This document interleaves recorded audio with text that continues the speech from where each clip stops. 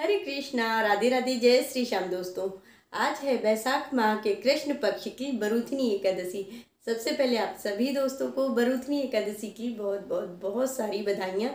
अभी मैं करने जा रही हूँ बरूथनी एकादशी व्रत की कथा। तो 2 मिनट भगवान का ध्यान करेंगे, इसके बाद में बरूथनी एकादशी व्रत की कथा करेंगे।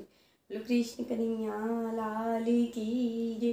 श्रीमन नारायण नारायण नारायण, लक्ष्मी नारायण नारायण नारायण, गोविंद नारायण नारायण नारायण। बोलो लक्ष्मी नारायण भगवान की जय। हाथ में तुलसी दल ले लेंगे, और अगर आपके पास फूल है तो फूल भी ले लीजिए। इसके बाद में शुरू करेंगे कथा, और कथा करने के बाद में ये तुलसी दल भगवान शालिग्राम जी के ऊपर चढ़ा देंगे। अगर आपके घर में लड्डू गोपाल जी हैं तो उनके ऊपर भी आप चढ़ा सकते हैं। बोलो कृष्ण कन्हैया लाल की जय, गोविंद भगवान की जय। वैशाख माह के कृष्ण पक्ष की एकादशी का नाम बरूथनी एकादशी है। इस दिन भगवान मधुसूदन की पूजा अर्चना आराधना की जाती है। बरूथनी एकादशी का व्रत करने से भगवान मधुसूदन प्रसन्न होकर संपूर्ण पापों का नाश करते हैं और सुख सौभाग्य की रक्षा करते हैं। युधिष्ठिर ने पूछा, वासुदेव आपको नमस्कार है, वैशाख माह के कृष्ण पक्ष की एकादशी का क्या नाम है और इसकी महिमा बतलाइए। भगवान श्री कृष्ण बोले, राजन, वैशाख माह के कृष्ण पक्ष की एकादशी बरूथनी एकादशी के नाम से प्रसिद्ध है। यह इस लोक और परलोक में भी सौभाग्य प्रदान करने वाली है। बरूथनी एकादशी के व्रत के पुण्य का लाभ और पाप की हानि होती है। यह समस्त लोकों को भोग और मोक्ष प्रदान करने वाली है।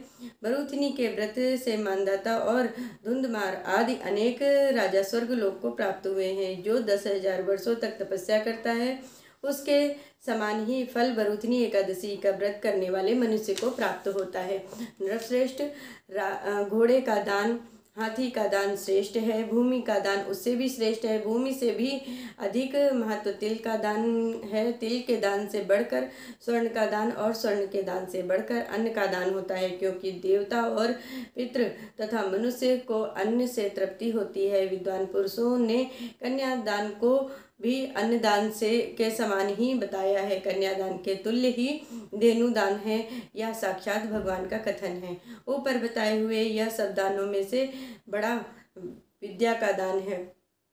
मनुष्य बरूथनी एकादशी का व्रत करके विद्यादान का फल प्राप्त कर लेता है। जो लोग पाप से मोहित होकर कन्या के धन से जीविका चलाते हैं, वे पुण्य का क्षय होने पर यातना में नरक में जाते हैं। अतः सर्वथा प्रयत्न करके कन्या के धन से बचना चाहिए।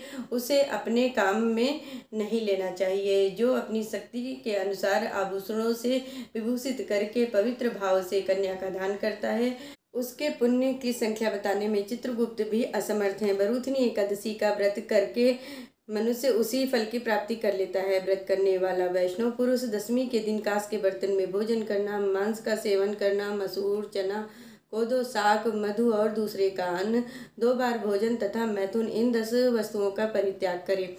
एकादशी के दिन जुआ खेलना, नींद लेना, पान खाना, दातून करना, दूसरे की निंदा करना, चुगली करना, चोरी, हिंसा, मैथुन, क्रोध तथा असत्य भाषण, इन 11 बातों को त्याग दे। द्वादशी के दिन कांस, उड़द, शराब, मधु, तेल, पतितों से वार्तालाप, व्यापार, परदेश गमन, 2 बार भोजन, मैथुन, बैल की पीठ की सवारी और मसूर, इन 12 वस्तुओं का त्याग कर दे। रात्रि को जागरण करके भगवान मधुसूदन का पूजन करे। वे सब पापों से मुक्त हो परम गति को प्राप्त होते हैं। अतः पीप भीरु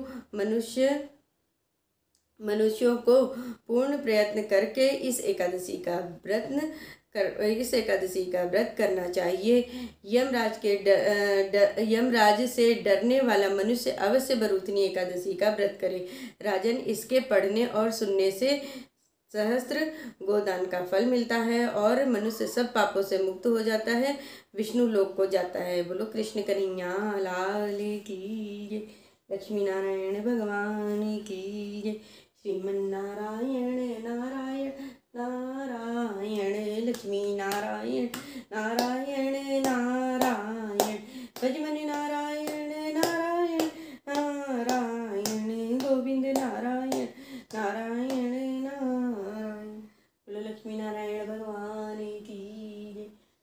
कृष्ण कन्हैया लाल की जय।